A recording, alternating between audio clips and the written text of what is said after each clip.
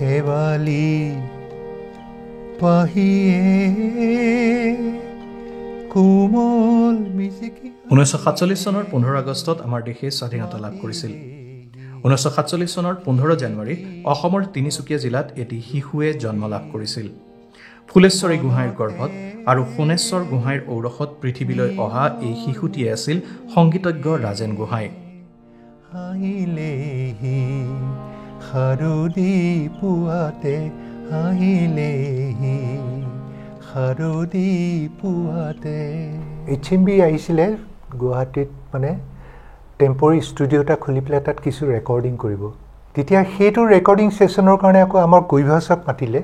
তেতিয়া মই জয়ন্ত হাজৰিকাক ক'লোঁ বোলো ময়ো গান এটা গাওঁ বোলে হয় নেকি বোলে ৰ'বাচোন চাওঁ তাৰপিছতে পিছদিনাখন ক'লে হেৰি কৰোঁ তুমি এটা গোৱা আৰু ৰিদীপক আনটো পিঠিত ৰিদীপে গাওক বোলে ৰিদীপৰ গানটো দি দিওঁ মই বোলো হ'ব এটা গান গাবলৈ পাইছোঁ সেয়ে মোৰ কাৰণে যথেষ্ট তেতিয়া সেই শেৱালি পাহিয়ে গানটো কুল বৰুৱাৰ পৰা মই লৈছিলোঁ কুল বৰুৱাই মোক শিকাই দিছিল তফজুল ছাৰৰ গান আছিলে ও চেনেহী ও মৰমী বাল্যকালতে তিনিচুকীয়াৰ পৰেশচন্দ্ৰ ৰায়ৰ অধীনত ধ্ৰুপদী সংগীত শিকি তেওঁ সংগীত জীৱন আৰম্ভ কৰে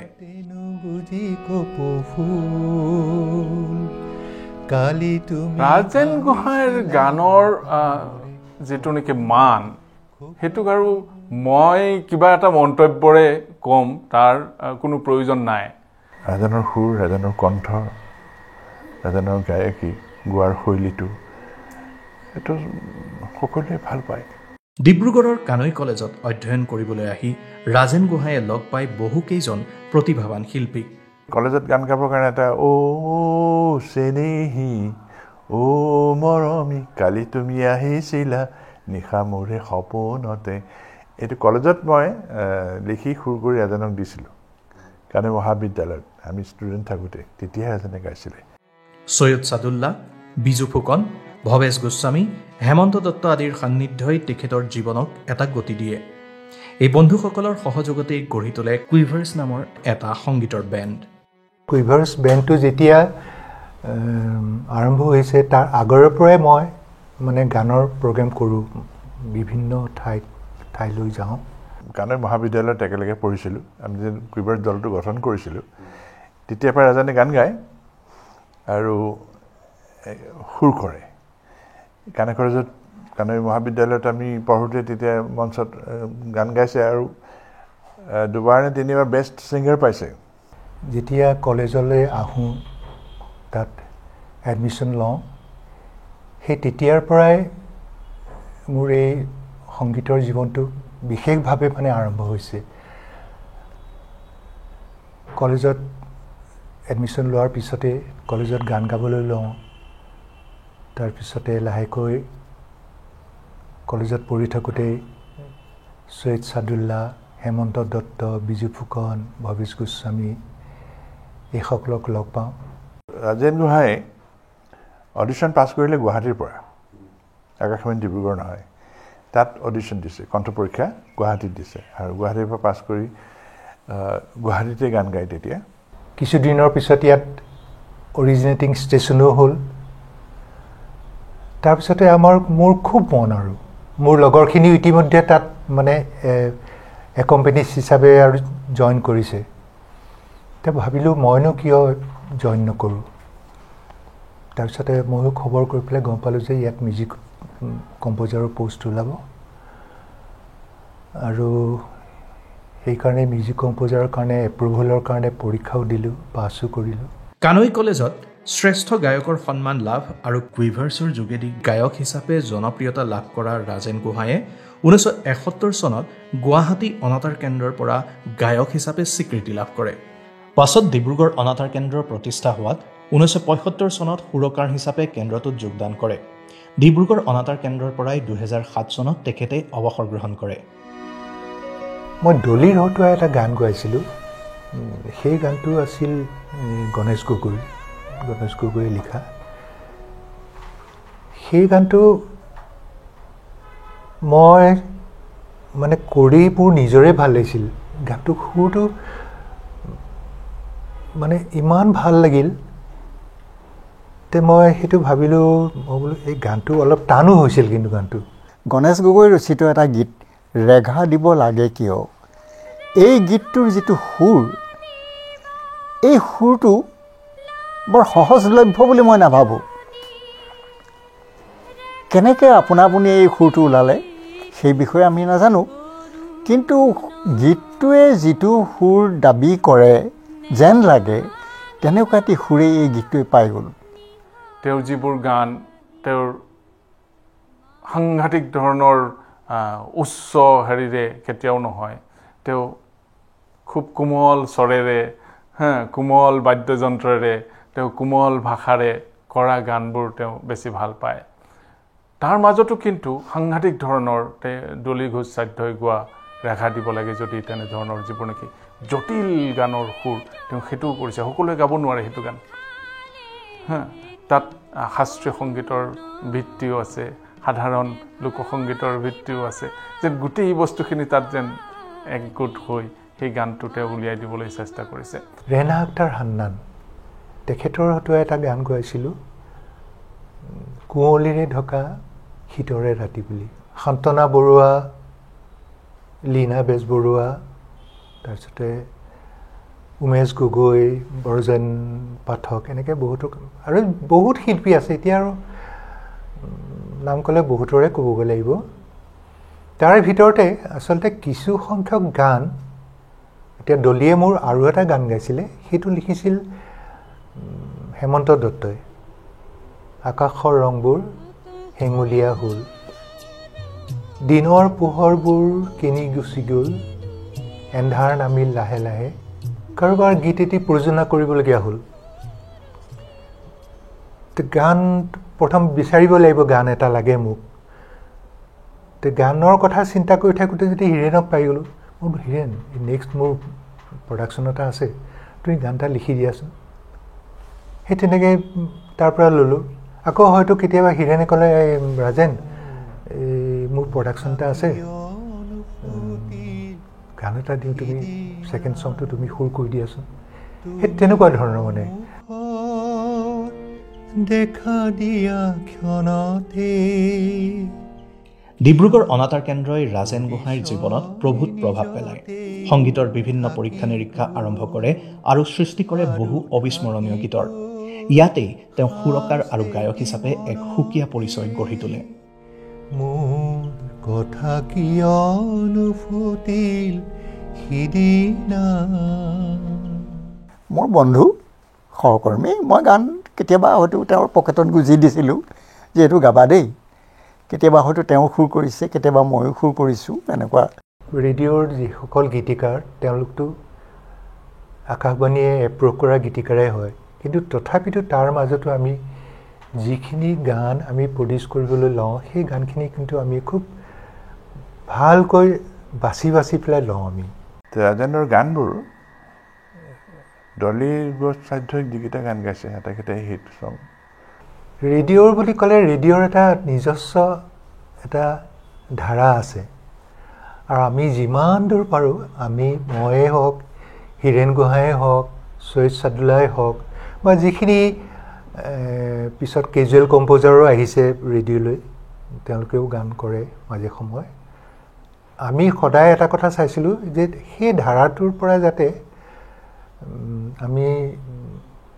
পিছলি নাযাওঁ আৰু কেতিয়াবা এনেকুৱা হয় এই গানটো লৈ পেলাই বহিলোঁ নহয়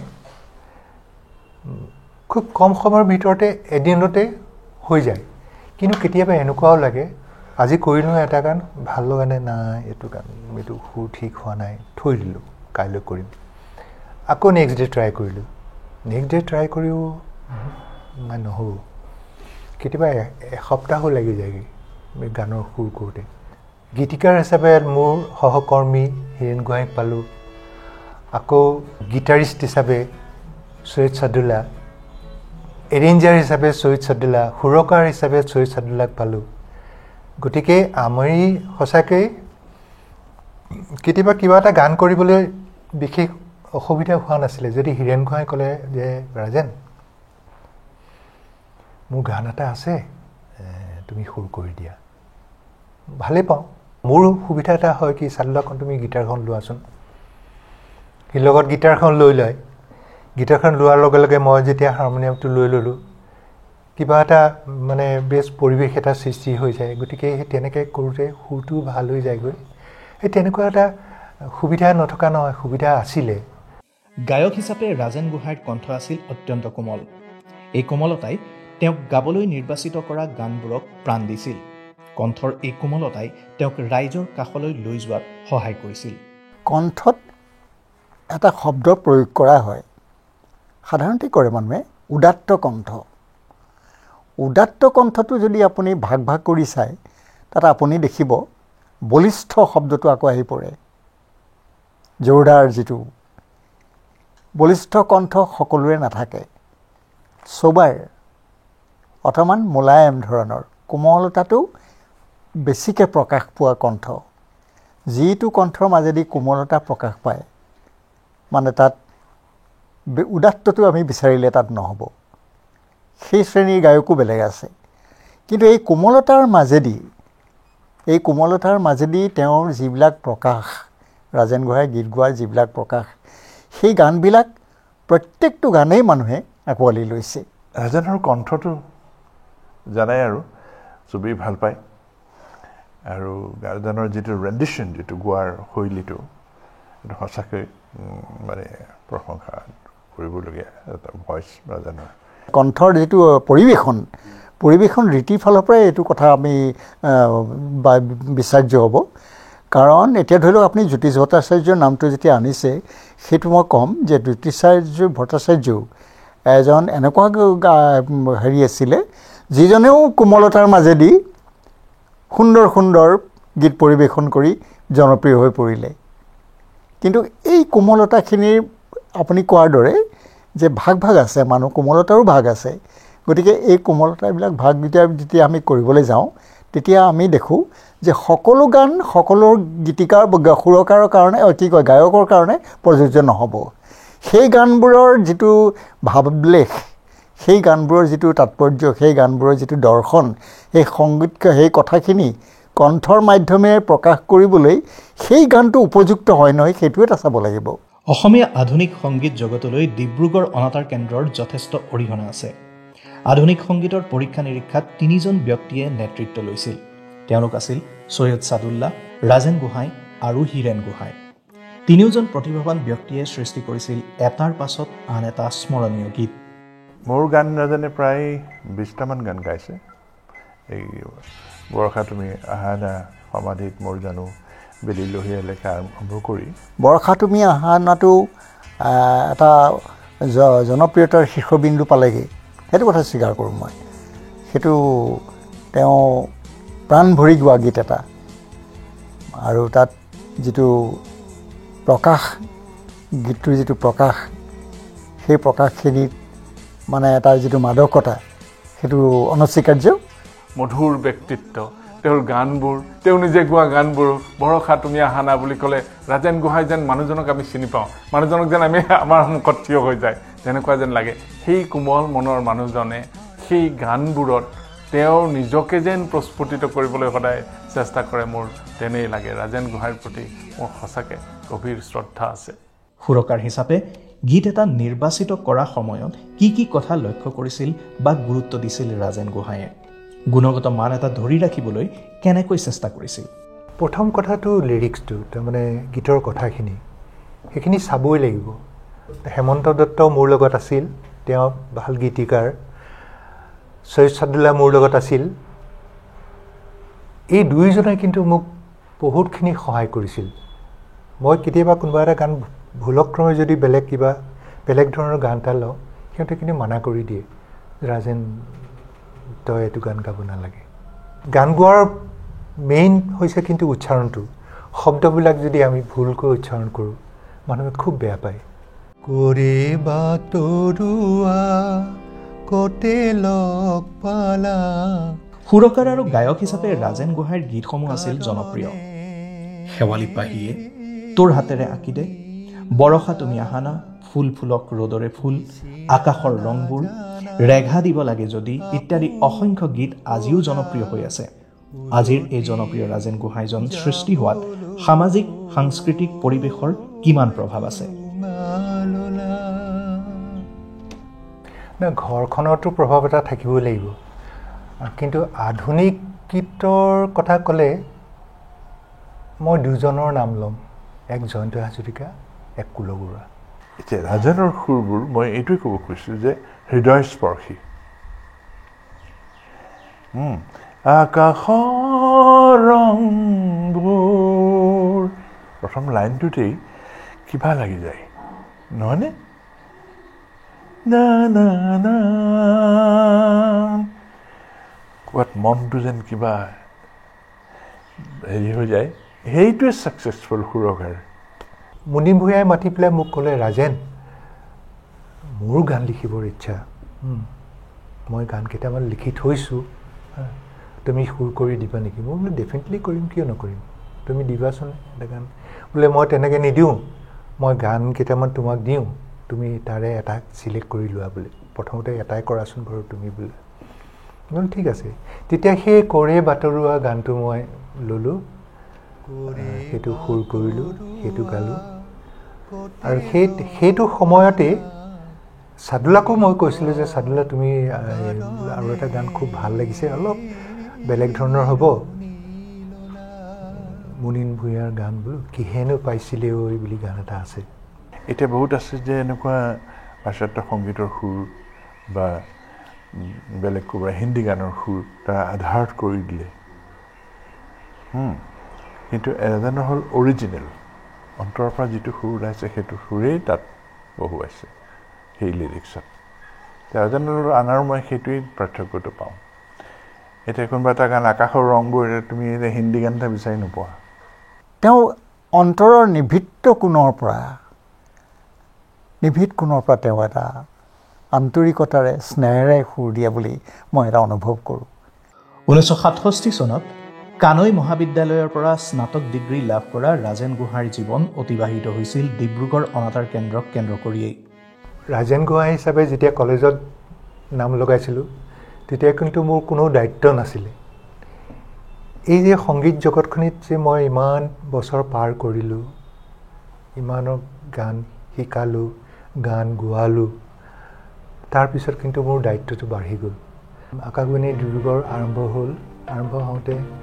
বৈকুণ্ঠ গগৈও আহিলে ইয়ালৈ গান গাবলৈ। তাৰপিছত বৈকুণ্ঠ গগৈক স্পেচিয়েল প্ৰগ্ৰেম দিয়া হ'ল, আৰু মোৰ ভাগ্য ভাল, মোৰ সৌভাগ্য, বৈকুণ্ঠ গগৈৰ মানে প্ৰডাকশ্যন এতিয়া মই কৰিব লাগে, প্ৰয়োজনা ময়ে কৰিব লাগে। সেই তেতিয়া এই গানটো লৈছিলোঁ, ফুল ফুলক ৰ'দৰ ফুল। মানে মন মোহি যোৱা সুৰ তেওঁ দিছে। এটা হৈছে আপোনাৰ ইন্দ্ৰ কুমাৰ বৰগোহাঁয়ে লিখিছিলে সেই বিশাল অৰণ্য, সেই গভীৰ সেই বিশাল অৰণ্য, সেই গীতটো। আৰু লগতে মনোৰমা বৰগোহাঁয়ে এটা গীত তেওঁ সুৰ কৰিছিলে, কুঁৱলীৰে ঢকা ছবিখনি বুলি। ৰেহনা আখতাৰ হান্নানে যিটো সময়ত কণ্ঠ নিগৰাইছিলে, তেওঁৰ কণ্ঠটো অপূৰ্ব এটা সমাদৰ লাভ কৰিছিলে, এটা সুন্দৰ পৰ্যায়ত এটা কণ্ঠটো ৰৈ আছিলে সেই সময়ত। আৰু সেইকাৰণে নেকি গীতকেইটাই এটা সুন্দৰভাৱে আকৰ্ষণ কৰিবলৈ সক্ষম হ'ল বুলি মই ভাবোঁ। দীৰ্ঘ পৰিক্ৰমাত তেওঁ লাভ কৰিছে বিভিন্ন অভিজ্ঞতা, লাভ কৰিছে বিভিন্ন স্বীকৃতি। 1978 চনত প্ৰচাৰিত হোৱা সংগীতালেখ্য অ মোৰ আপোনাৰ দেশৰ বাবে লাভ কৰিছিল ৰাষ্ট্ৰীয় স্বীকৃতি। কিছুমান গান দলি গছৰ এই ৰেঘা দিব লাগে যদি, আকাশৰ ৰংবোৰ, তাৰপিছতে কুঁৱলীৰ ছবিখন, কুঁৱলীৰে ঢকা, এনেকৈ বহুত গান কৰিলোঁ। সেইবিলাক গানৰ কথা যেতিয়া মনত পৰে ভাল লাগে। আৰু ভাল লাগে, মই এখন কৰিছিলোঁ, এখন আলেখ্য কৰিছিলোঁ। সেই আলেখ্যখন লিখিছিল চৈয়দ আব্দুল মালিকে। আলেখ্যখনৰ নাম আছিলে অ মোৰ আপোনাৰ দেশ। সেইখন কৰি ভাল লাগিছিলে মোৰ। সেইখন কৰাৰ পিছত ৰাষ্ট্ৰীয় স্বীকৃতিও পাইছিলোঁ, পুৰস্কাৰো পাইছিলোঁ। আনহাতে সদৌ অসম জনসাংস্কৃতিক পৰিষদৰ উদ্যোগত বিষ্ণুপ্ৰসাদ ৰাভাদেৱৰ এখন ৰেকৰ্ড বাণীবদ্ধ কৰিছিল HMV। এইখনেই ৰাভাদেৱৰ গীতৰ প্ৰথম ৰেকৰ্ড। ডক্টৰ ভূপেন হাজৰিকা সভাপতি হিচাপে থকা পৰিষদৰ সাংস্কৃতিক সম্পাদক আছিল ৰাজেন গোহাঁই। জনসাংস্কৃতিক পৰিষদৰ বেনাৰত মানে বিষ্ণু ৰাভাৰ গীতৰ এখন লং প্লে ৰেকৰ্ড কৰা হ'ব। তাৰ আগলৈকে কিন্তু লং প্লে ৰেকৰ্ড বা কেছেট আকাৰে একো নাই। 8টা গান কৰা হৈছিল। গোটেই গানখিনি পৰিচালনাত আছিল মিউজিক ডিৰেক্টৰ অজিত সিনহা, তেখেত তেজপুৰৰ আছিল। অজিত সিনহাৰ ছোৱালীজনীয়ে গাইছে, সৰু ছোৱালী, তেতিয়া ক্লাছ 6ত পঢ়ে বোধ কৰোঁ। বিলতে হালিছে ধুনীয়া পখিলী, ফুলনিত ফুলিছে ফুল। সেই গানটো যেতিয়া প্ৰথম ৰেকৰ্ডিং মই শুনিছোঁ, মোৰ মানে ক'ব নোৱাৰাকৈ আনন্দৰ, কেতিয়াবা আনন্দত চকুপানী ওলাই যায়, মোৰ একদম চকুপানী ওলাই আহিছে, মানে ইমান ভাল লাগিছে। জীৱনত যে এনেকুৱা এটা কাম কৰিলোঁ মানে মই, সেই মোৰ প্ৰথম মানে আনন্দ দেই।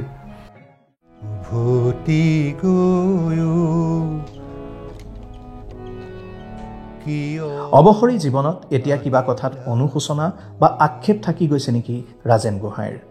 গান এটা ল'বৰ সময়ত খুব চিন্তা কৰি লোৱাটো উচিত, চিন্তা কৰি ল'ব লাগে। এটা সময়ত মই সাধাৰণতে যিসকলক গীতিকাৰক খুব মানে সহজতে পালোঁ, সেইসকল গীতিকাৰৰে গান ল'লোঁ। কিন্তু আৰু কিছুমান গীতিকাৰ থাকি গ'ল যিসকলৰ গান মোৰ লোৱা নহ'ল।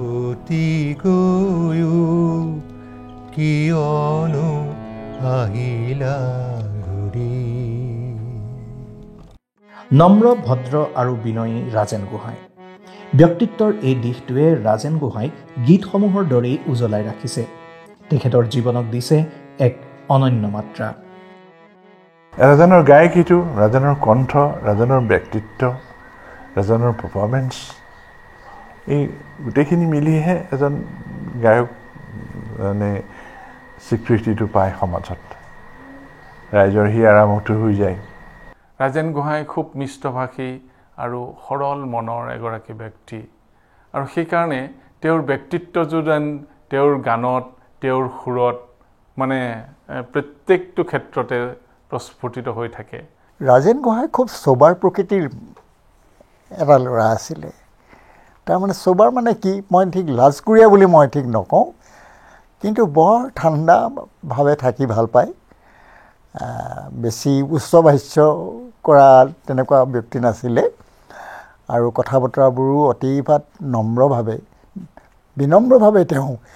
সকলো কথা বতৰা চবৰে লগতে পাতিছিলে।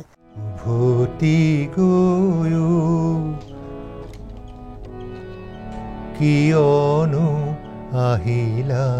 ঘূৰি, কিনো ভাবি শুন অভিমানখিনি থলা যে সামৰি, থলা যে সামৰি, উভতি গৈও কিয়নো আহিলা ঘূৰি।